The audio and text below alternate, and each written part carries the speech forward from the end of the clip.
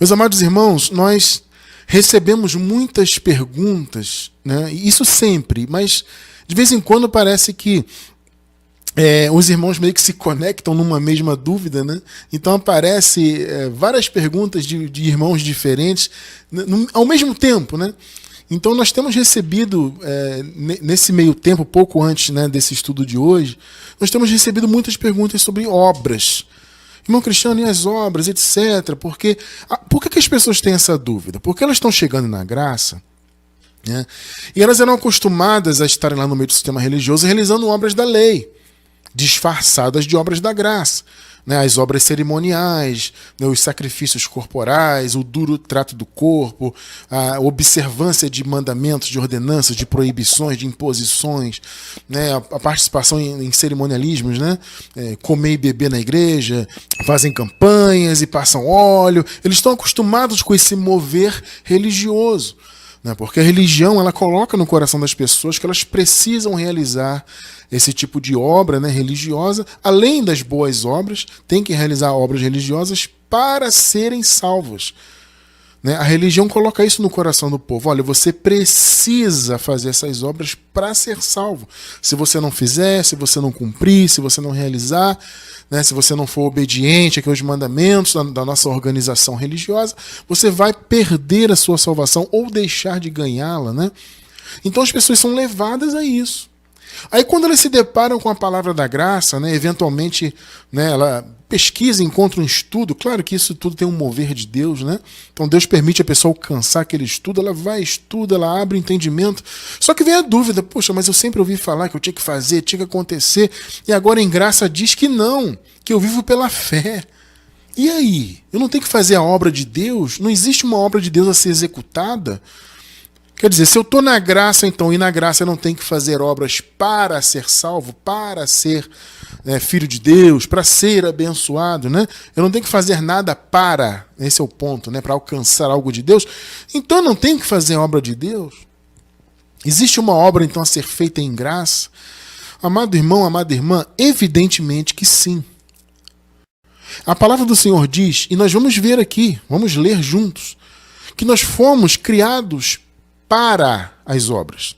Nós fomos salvos pela graça e criados em Cristo Jesus para as obras. Então, o raciocínio do evangelho verdadeiro, ele é o contrário do raciocínio da religião. Porque a religião é aquela história, né? Você tem que fazer para. Então, você faz não só a obra boa, né? Fazer boas obras, eles também incentivam isso, só que com aquilo que eu falei agora há pouco, antes de entrarmos no estudo, né? As pessoas, elas têm aquele sentimento de barganha. Então ela faz a obra. É bom que se faça boas obras? Claro que é, sempre são bem-vindas. Porém, o estímulo para se fazer no meio da religião é errado. Ainda que as boas obras sejam bem-vindas, o ideal é que façamos elas com a visão da graça. Ou seja, não a visão de barganhar. Eu vou fazer para Deus me notar, eu vou fazer para ser um abençoado, eu vou fazer para que, sabe, eu vá para o paraíso, para que eu ganhe a vida eterna, para que eu seja um salvo. Sabe? E o evangelho pensa o contrário. A religião diz uma coisa e o evangelho diz outra. O evangelho diz que, na verdade, nós não fomos salvos para ou pelas obras, né? Pelo fato de fazermos obras religiosas e boas obras. Não, nós fomos salvos para as obras. Mas que tipo de obra, irmão Cristiano? Boas obras. A gente vai estudar isso aí, tá? Em detalhes, tá bom? Não são obras religiosas, tá? O Senhor não nos salvou e não preparou obras religiosas para nós. O Senhor preparou as boas obras. Nós não temos nada que nos envolver com obras religiosas, com mandamentos de homens, nada disso aí. A gente tem que estar fora disso aí, de todo esse cerimonialismo, de toda essa religiosidade. Agora, existem boas obras a serem executadas que Deus preparou para nós de antemão. Ele preparou essas boas obras para os filhos dele, para que nós as executássemos neste mundo. Mas não, repito, não para sermos salvos, não para sermos filhos, mas porque já somos. Então as boas obras que o Senhor preparou para nós de antemão, elas são um reflexo de quem nós somos, tá bom? Então, olha só que interessante, vamos raciocinar aqui em cima desses dois versículos iniciais. Vamos lê-los mais uma vez. João 6, 28 e 29. Então lhe perguntaram: o que precisamos fazer para realizar as obras que Deus requer? Jesus respondeu: a obra de Deus é esta: crer naquele que ele enviou. O que Jesus está dizendo aqui? A obra do Senhor é crer em mim.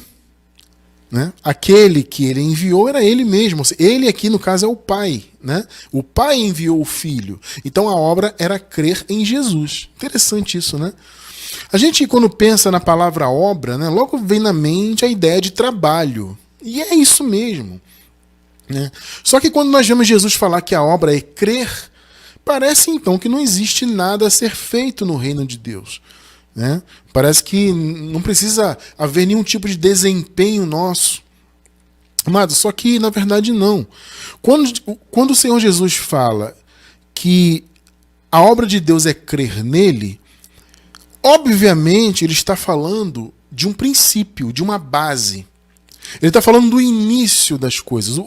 De onde parte tudo? Tudo parte do crer. Você está entendendo? Não é que a obra de Deus seja apenas crer em Jesus. Não. Crer em Jesus, obviamente, é fundamental. É o princípio, é a base de tudo. Então a obra de Deus é crer nele, é preciso crer. E Jesus enfatiza isso por quê? Porque a esmagadora maioria daqueles judeus ali, nós temos que ver o contexto, obviamente, né? A esmagadora maioria dos judeus ali não criam no Senhor. Não o enxergavam como um Messias prometido. Entende? Então ele falou, a obra de Deus é crer em mim, é crer naquele que enviou. Mas obviamente ele está falando de um princípio. Porque se fosse assim, amados, os discípulos não seriam levados a fazer o que eles foram chamados a fazer, por exemplo. Jesus não disse para eles, olha, eu vos escolhi e vos designei para que vades e deis frutos. Não foi o que ele falou? Então você vê que não é apenas crer. Jesus não disse assim, ó, a obra de Deus é apenas crer em mim. Não. Ele disse, a obra de Deus é esta, crer naquele que enviou. Mas isso é a base. É o princípio da obra de Deus.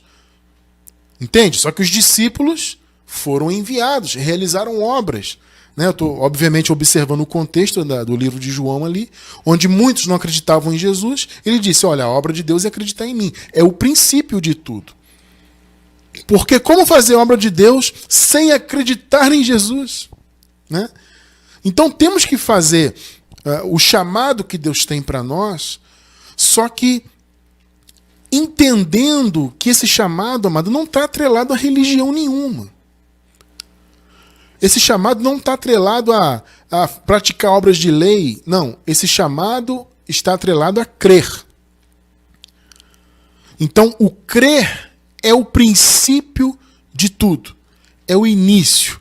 Mas existe sim uma obra a ser exercida, só que não tem relação com coisas religiosas. São obras que Deus preparou de antemão, as boas obras, entende?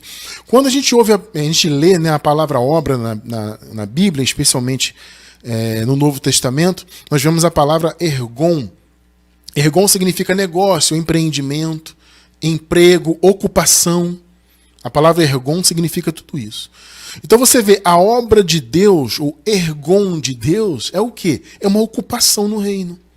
É como um empreendimento, é como um emprego, né, que você se envolve. É um trabalho mesmo. Entende? Porque nós temos que dar frutos, amados. Os frutos são as consequências de quem nós somos. Os frutos são as consequências da salvação. Então, por exemplo, a salvação, ela alcançou o nosso entendimento, né?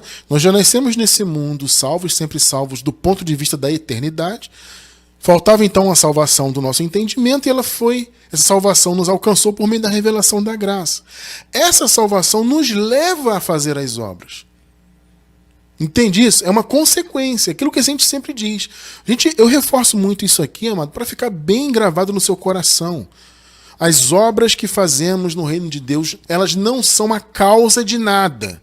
Elas não causam salvação, não causam o fato de Deus nos amar, de Deus nos aceitar. Não é isso.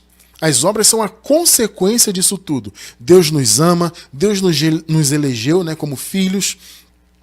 Ele nos abençoou com todas as bênçãos. Somos salvos, sempre salvos.